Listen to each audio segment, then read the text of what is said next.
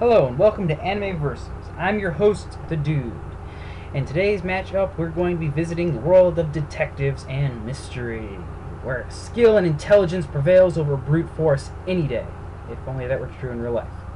Which, sadly, it isn't in all cases. I mean, seriously, how many intelligent people get beat up on a regular basis? Don't answer that question.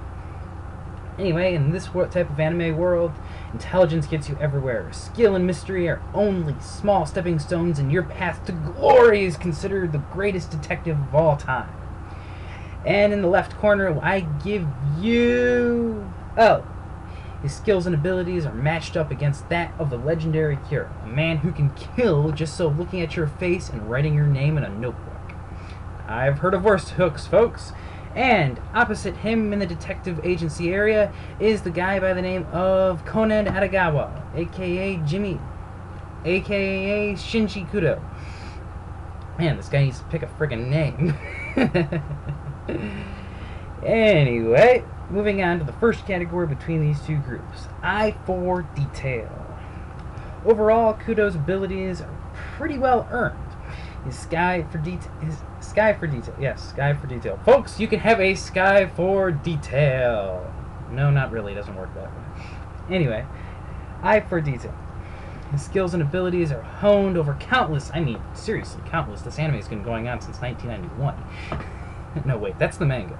Oh, I'm so getting my information. Maybe I should have scripted first. Getting off topic.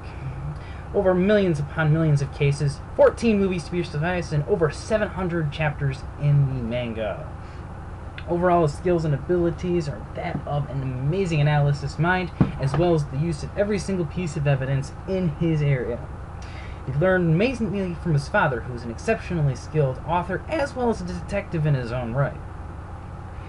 Back over on the other side of the court is L. He has an exceptionally high intelligence level, capable of figuring out and tracking down a man whose power to kill stems from mysticism instead of actual guns, weapons, and other bullets.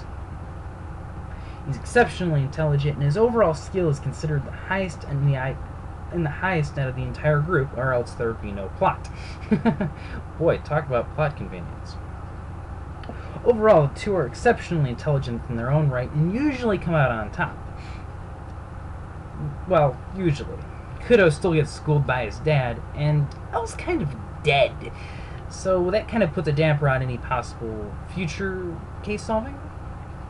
Overall, I have to give it to Kudo simply for the most experience in terms of overall field work, which is kind of unfair towards L, considering we never really find out much about his overall skill and abilities, as well as only knowing about a handful of previous cases, as well as an alternate ending to the original anime, which has L winning, and then going on to try and take care of another case. So, point goes to Kudo. And in the second file, I'm going over resources. Kudo has a professor, a couple of, elementary school students, a perverted detective who more or less sucks in terms of overall guessing ability, and a teenage martial artist who has a couple of occasions not be all that, useful. Wow, Kudo, you need to start surrounding yourself with better people if you ever hope to take on the Black Organization. I mean, no wonder it's been you're up to 735 chapters and still hasn't really made much progress? At least none that I've heard of, anyway. L, on the other hand, has massive amounts of resources. He has government backing. He's more information to the point where he has to purposely delete it in case of his overall death. I mean, talk about information as well as paranoia. I mean, he has a freaking button. I always thought those things were just cheap, cliched reasons to blow up the main villain's bases. But seriously, this guy must have tons and tons of resources. I mean, in getting the collaboration of not only the United States as well as the different governments around the entire world in order to track down a single individual. I have to admit, in terms of pure resources, I'm afraid that L's got the edge. I'm sorry, Kudo. You might be a little while if you want to take on an entire organization. Next field, I'm going to have to say tech. What's a detective or any person in the business area without his information? And gadgets, to tell you the truth. I don't know much about L's overall skills and ability, but he seems to be capable of pulling off at least a decent amount of disguises, since seeing as how he managed to get one of his own men back from falling off a building, which pretty skilled, intelligent thinking right there. But overall, outside of computers, I don't really see him using much in terms of tech, whereas Kudo's got massive amounts of gadgets. The tranquilizing watch, the voice-changing bow tie, the rocket-powered skateboard, which I'm pretty sure L could beat out using any number of vehicles, as well as communicators and tracking devices. I'm afraid I'm going to have to give the point to Kudo in terms of pure versatility in terms of gadgets and abilities. I'm pretty sure L would have loved some of this type of stuff if he ever managed to get a hold of maybe, I don't know, a tracker? I wonder if the thought ever occurred to him.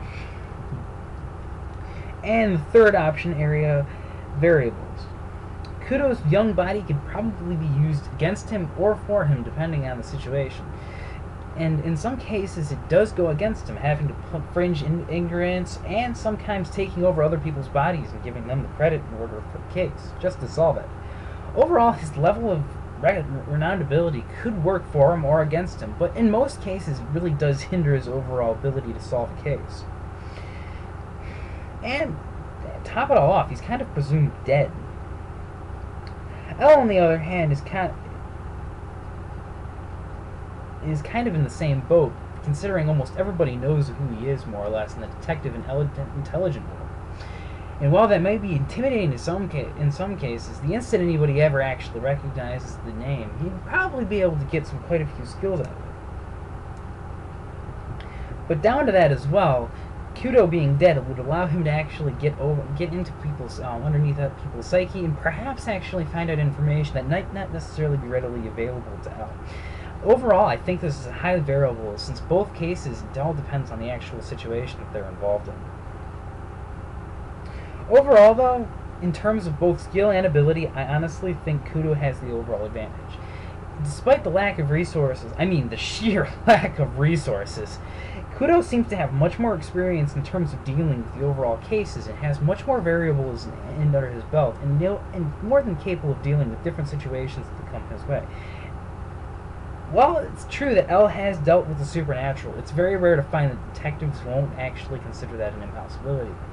In some cases, though, there's some pretty far-reaching understandings, and I have to admit, L's just overall acceptance of it, as well as his lack of motivation, will probably make Kudo a much more reliable person to actually ascend up on a detective. So, for the very first episode of Anime Insider, or Anime Versus, I'm really not sure what the title's going to be, since I really don't give a damn, to tell you the truth. I'm afraid that point has to go to Kudo. Sorry, L, but I think you just got beat twice.